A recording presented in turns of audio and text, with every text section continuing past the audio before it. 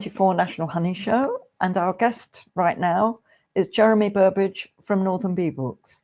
And Jerry has had a long association with the National Honey Show, and we're going to hear more about it now. Jerry, tell us a bit about yourself and your background. I'm I'm a retired lecturer.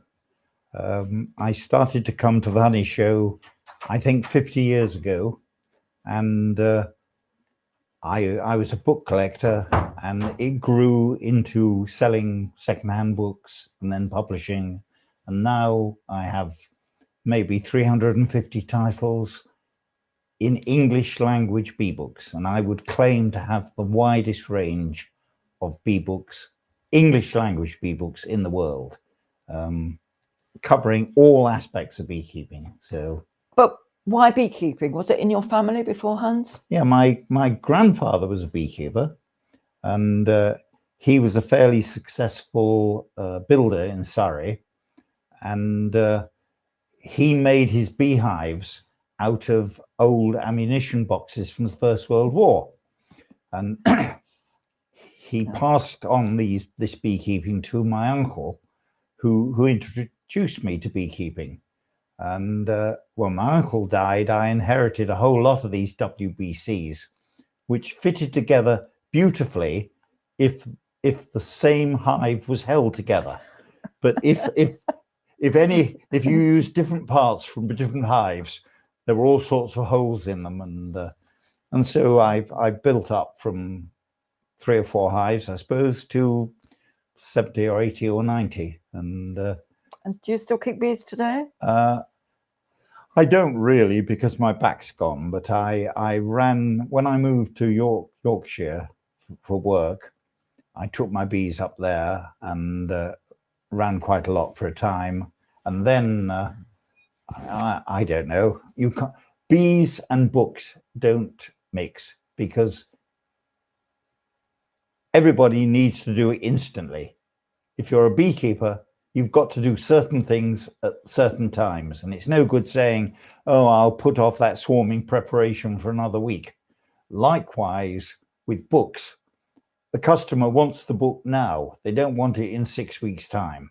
And so the two didn't really fit together, and I was too far down the book line. And so I continued with the books, and on my property, I've got, I don't know, I think two beekeepers keep bees on my property, and I've just employed a new colleague called Richard Searle, and he's brought along a long hive. So we've got all sorts of hives on the property, but I do very little. You know. But your son carries on as well, doesn't he? Yes, he's based in on the Lizard in Cornwall, and I think he's running 40 or 50 stocks of bees. I think beekeeping definitely runs in families. It does, yes. My father used to help me. He was not a beekeeper, and he under certain amount of pressure, used to come and cover himself in a veil and hold and lift and do things for me. My mother always used to say, "Why do you do it? Why do you do it?" She didn't realize, how much it was in the blood, as it were. So. Yes. Yes. And the Honey Show. So you visited, first of all, before you became actively involved? No, I don't think I did. I think just before I got married, I started to trade in bee books, and I thought, well, I'll go to the Honey Show. And I found out whether it was possible to have a stand. And at that time, it was in Caxton Hall. And Caxton Hall had the stands. I think I'm right in my memory, but the stands were downstairs. They might have been on the balcony. And the first year, they said Tonsley was involved. Cecil Tonsley, he was the proprietor of the British Bee Journal. He said, "Oh, well, we could fit you in because somebody had dropped out." And so I was in a prime position downstairs. And I took some books and I sold them. And the following year, I thought I'd like to go. And Tonsi said, "Oh, no, it's only we haven't got space for you downstairs. We must put you in the coffee room." Well, nobody had been in the coffee room before me. And within about 3 years, we were the attraction for the coffee room. And it went on from there. And of course, after Caxton Hall, we went to Porchester Hall. We went to the Royal Navy Museum. The museum at Enfield. No, it was before that. We went to the museum on the embankment.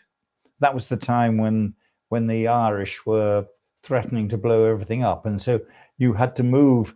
This particular museum was full of little rooms, and every time you moved from one room to another, there was somebody making sure you didn't carry a bomb with you. And then we went, I think, to the RAF Museum. That's the one that when I first started my association with the show. Yes. And that was, in a way, it was lovely, but in another way, it was dire because it was in two distinct areas.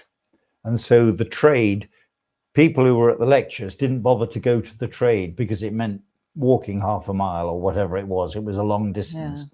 And I can remember we used to spend more money for the stand than we used to take in the takings. And I think the only thing I liked about the RAF Museum was that I used to take time off and sit under a Wellington bomber and think of all the people who had done whatever they'd had to do. I used to sit there for 10 minutes or so, and then my wife used to join me there, and she's joined me for many years, but unfortunately now she now has commercial or musical paid employment, which clashes at the same time as the Honey Show. But it was I think at the museum, it was the first time that Bernard Diaper started the workshops, and it was just a corner of the museum, and they put up some curtains around an area, and now it's grown to be the most significant part of the show. We can't imagine the show without the workshops. Absolutely. Yes. And then we went from there to St George's College in Weybridge, and they were very helpful. I remember we outgrew St George's College. Absolutely. And it had the most enormous parking area, but we filled it up, and there was the incident when somebody accidentally parked on the headmaster's lawn. Yes. And it was pretty obvious that we needed a new home. So the Honey Show's come a long way since Crystal Palace, and it's had a lot of homes. But here at Sandown Park, we're really, really lucky that we've got everything under one roof.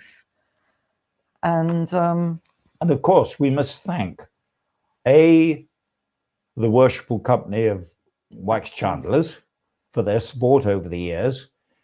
I think we should also probably thank the Horse Race Authority or whoever owns it. They're very supportive. Because they are supportive. Yes. And the show, I've said this for years, but this show is the leading honey show in the world, both in terms of entries. I think this year it's over 2,500 entries. It is. And in terms of range, I don't know how many nationalities are represented, but they're talking about 14 or 15, something like that. Yes. And also in standards, because the standards of judging set by this show have been taken on by Apimondia to set things. We are the Wimbledon, the cream of honey shows, and I am so proud to be associated with it. It's a pleasure to have you. And over the years, we've had some fun.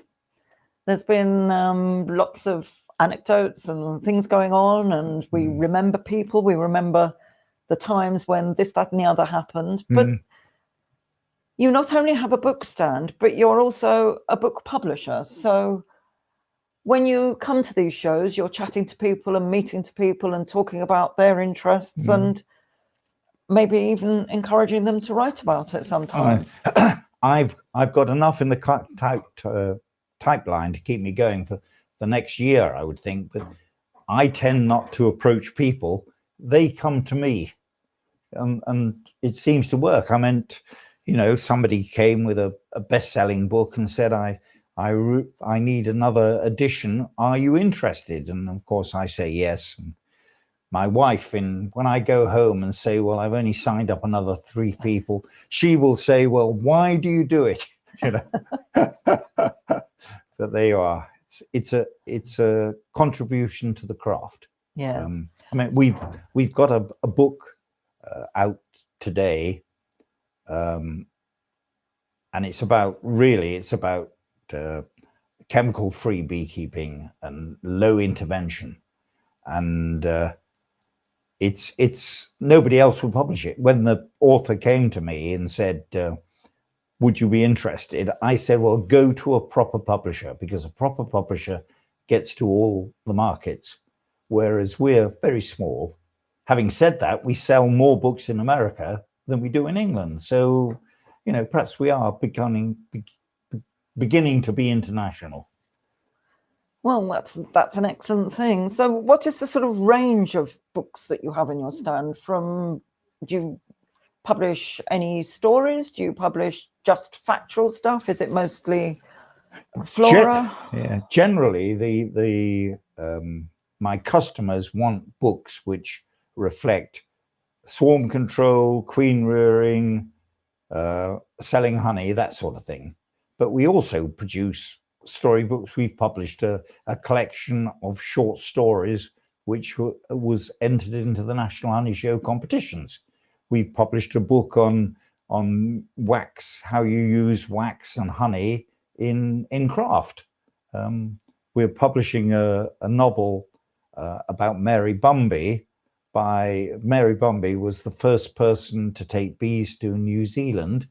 We're publishing it it'll be next year, 2025, by an author in New Zealand. So we're the publisher of last resort. When nobody else can find anybody else willing to do it, they get me on when I'm a bit vulnerable, and they lead the old man into publishing books which nobody wants to buy. Now, let me tell you, I have a book on AI and bee diseases, published written by a member of the Halifax beekeepers. We've sold very, very few, half a dozen maybe, over 3 months. We bought 6 copies to the honey show, and within half an hour we sold all of them. Well, there's a reason for that, because I think part of our lecture program is focusing at the moment on moving forwards with technology and AI and techniques for things. And also we've got Aston University here downstairs. They're using AI and machine learning for... I wish I'd known. I would have brought 20 books. There you are. You can never learn. You see, publishing is a high-class form of gambling. It's not like owning a race course or putting some money on the dogs, but it's much higher up. The gentlemen are publishers, and they put money into books which might sell or they might not sell, but publishers are at the top of the social pile. Let me tell you this. Don't tell the race course authority this, whatever. Otherwise, I'll be drummed out of the place. Either that, or be invited to just have a permanent presence here. Yes, yeah. Well, thank you very much. We look forward to all your new books that come out over the next few years. Right. I'm sure visitors will appreciate visiting your stand downstairs. Yeah. And failing all else, they can always buy all your books online because you've got a very absolutely active presence. Yeah. And I hope that in my term as president, I can help build this honey show into even greater prominence. The president of our show is a one-year term, and it's a great honor. So I thought it was a 3-year term. It might be. I don't know. Right. So if we've got you for 3 years, that's 3 times as good value. You'll kick me out, will you? So we'll enjoy Jerry's presence representing the show in all sorts of places. Thank you very much. Thank you, Jerry. Okay. And enjoy all his books. Right. Thank you very much.